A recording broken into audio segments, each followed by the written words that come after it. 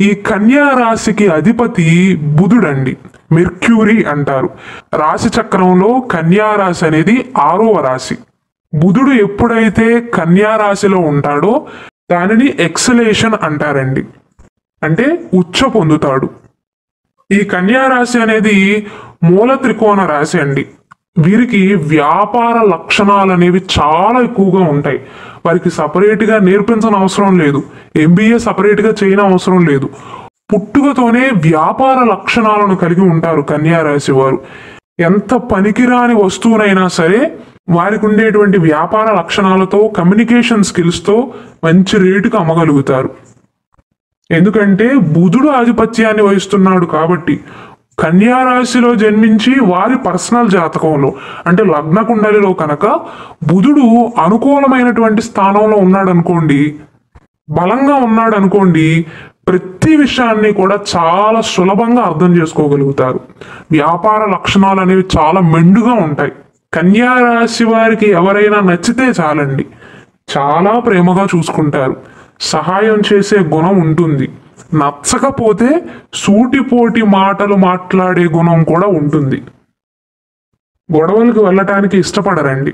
ఇచ్చిన పనిని చక్కగా పూర్తి చేయడంలో, పనికి సంబంధించినటువంటి సమాచారాన్ని సేకరించడంలో సమర్థులుగా చెప్పవచ్చండి.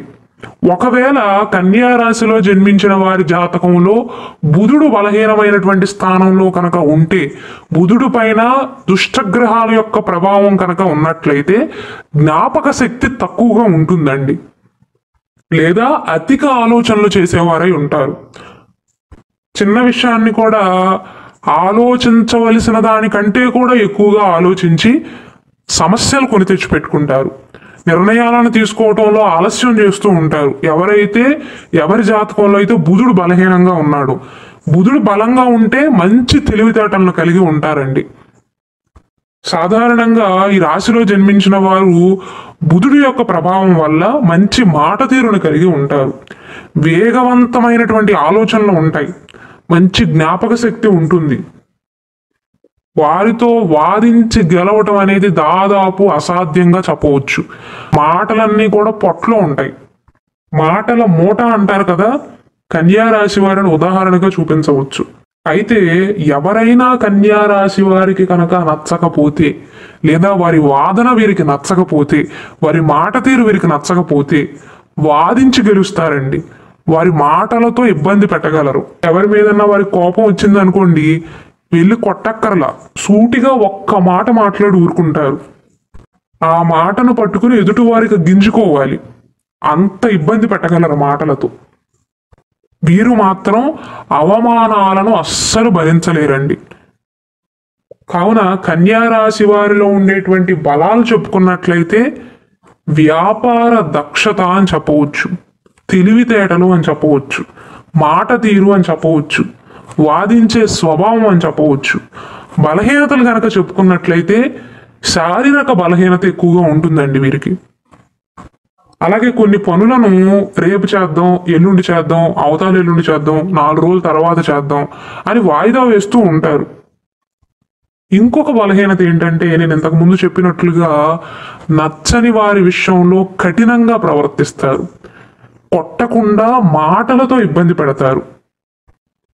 ఈ కన్యా రాశి వారికి అదృష్ట రత్నం అనేది పచ్చరత్నం అండి, జాతి పచ్చ అంటారు. అదృష్ట సంఖ్య 5, అదృష్ట వారము శుక్రవారము, బుధవారము. ఈ కన్యా రాశిలో జన్మించిన విద్యార్థులు ఎవరైతే ఉన్నారో విద్యలో ఉత్తీర్ణతను సాధించటానికి చదువుకునేటప్పుడు ఉత్తర వైపు ముఖం పెట్టాలండి. అలాగే వీలైతే వెండి గాజులో కానీ, వెండి పాత్రలో కానీ, దేంట్లోనైనా వెండితో చేసిన దాంట్లో వెండితో చేసిన వస్తువుతో నీళ్లను తాగటం మంచిదండి. అలాగే మీరు గుర్తుంచుకోవాల్సింది, అమావాస్య రోజున కానీ, శనివారం రోజున కానీ మాంసాహారాన్ని, ధూమపానాన్ని, మద్యపానాన్ని అవాయిడ్ చేయండి. కన్యా రాశి వారు పొరపాటున కూడా అమావాస్య రోజు, శనివారాలలో మాంసాహారాన్ని తినవద్దు, మందు తాగవద్దు. మానసిక ప్రశాంతత కోసం చిటికెన వేలుకు బంగారంలో కానీ, బంగారం చేయించలేనట్లయితే వెండిలో కానీ మంచి జాతి పచ్చను ధరించండి.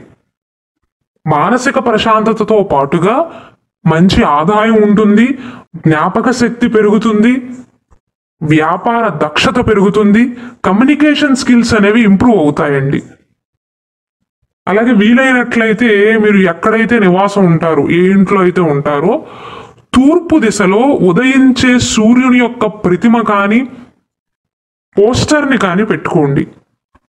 అలాగే ఈ కన్యా రాశి వారు లక్ష్మీనారాయణుడికి పసుపు ముడి బియ్యాన్ని సమర్పించాలి. ఇంకొకటి మీరు గుర్తుంచుకోవాల్సింది, పొరపాటున కూడా కన్యా రాశి వారు ఉతకకుండా బట్టలు వేసుకోవద్దు. కొంతమంది ఈరోజు 1 గంట వేసుకుని మళ్ళీ అవే బట్టలు ఉతకకుండా రేపు వేసుకుంటారు. అలా పొరపాటున కూడా చేయవద్దండి. అలాగే వీలైతే ఆవుకు ఆహారాన్ని అందించండి. శనగలు కానీ, గోధుమ పిండితో చేసిన రొట్టెలు కానీ, పచ్చగడ్డి కానీ, పచ్చి కూరగాయలు కానీ, ఆకుకూరలను కానీ గోమాతకు తినిపించండి. దాని వలన జీవితంలో మంచి లాభాలను పొందటంలో మీకు సహాయపడుతుందండి.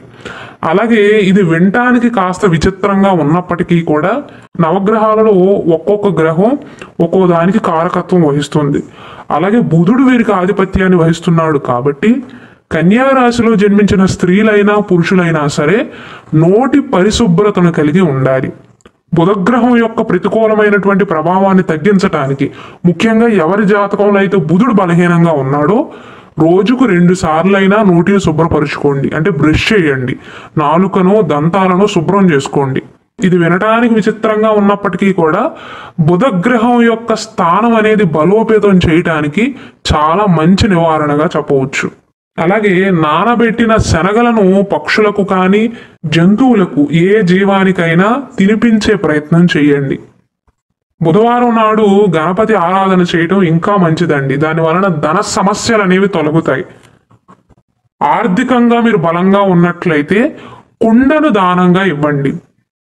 ఎక్కువగా తెల్లటి వస్త్రాలను, పచ్చ రంగులో ఉన్న వస్త్రాలను ధరించండి.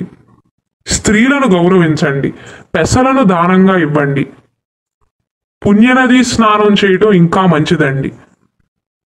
ఒకవేళ మీరు జన్మించిన నక్షత్రం కూడా మీకు తెలిసినట్లయితే ఈ కన్యా రాశిలో 3 నక్షత్రాలు ఉంటాయండి. ఉత్తరా నక్షత్రంలోని 2, 3, 4 పాదాలు, హస్తా నక్షత్రం, చిత్త 1, 2 పాదాలలో జన్మించిన వారందరూ కూడా ఈ కన్యా రాశికి చెందుతారు. ఈ కనక పుష్యరాగంతో పాటుగా మీ జాతకానికి సంబంధించి, అంటే మీ నక్షత్రానికి సంబంధించినటువంటి జాతక రత్నాన్ని కూడా ధరించవచ్చు. ఉత్తరా నక్షత్ర జాతకులు కెంపు రత్నాన్ని ధరించవచ్చండి. హస్తా నక్షత్ర జాతకులు జాతి ముత్యాన్ని ధరించవచ్చు. దీనిని ఇంగ్లీష్లో పర్ల్ అని కూడా పిలుస్తారండి. తెల్లగా ఉంటుంది. ఎందుకంటే హస్తా నక్షత్ర జాతకులకు ఓవర్ థింకింగ్ అనేది ఎక్కువ అండి. మనసును పాడు చేసుకుంటారు చిన్న విషయం జరగగానే. కాబట్టి హస్తా నక్షత్ర జాతకులకు ముత్యం బాగా సెట్ అవుతుంది. చిత్తా నక్షత్ర జాతకులు ఎర్రటి పగడాన్ని ఉంగరపు వేలుకు ధరించాలి. దీనిని ఇంగ్లీష్లో రెడ్ కోరల్ అని కూడా పిలుస్తారండి. ఈ జెమ్ స్టోన్స్ అన్నీ కూడా ఏ వేలుకి ధరించాలి, ఏ చేతికి ధరించాలి, ఎప్పుడు ధరించాలి, ఏ మంత్రాన్ని పఠించాలి, ఇలా అన్ని వివరాలను వివరిస్తూ నేను స్పెషల్ వీడియో చేశానండి. దయచేసి దానిని వీక్షించండి. అయితే ఎటువంటి జాతక రత్నాన్ని ధరించేటప్పుడైనా ముందుగా ఎనర్జైజేషన్ అనేది చెయ్యాలండి. దానికి సంబంధించినటువంటి పూజాది కార్యక్రమాలు చేసిన తర్వాతే ఆ పర్టిక్యులర్ రోజున ఆ జాతక రత్నానికి నవగ్రహాలలో ఏ గ్రహం అయితే కారకత్వం వహిస్తుందో దాని యొక్క బీజ మంత్రాన్ని 108 సార్లు పఠించిన తర్వాత ధరించటం మంచిదండి. మీకు ఒకవేళ మీ జాతకానికి సంబంధించిన రత్నం కావాలి అన్నా, సర్టిఫైడ్ రత్నం కానీ, సర్టిఫైడ్ రుద్రాక్ష కావాలి అన్నా, కరుంగలి మాల కావాలి అన్నా ఇక్కడ డిస్ప్లే అవుతున్న వాట్సాప్ నెంబర్కి మెసేజ్ చేసి ఆర్డర్స్ చేసుకోవచ్చండి.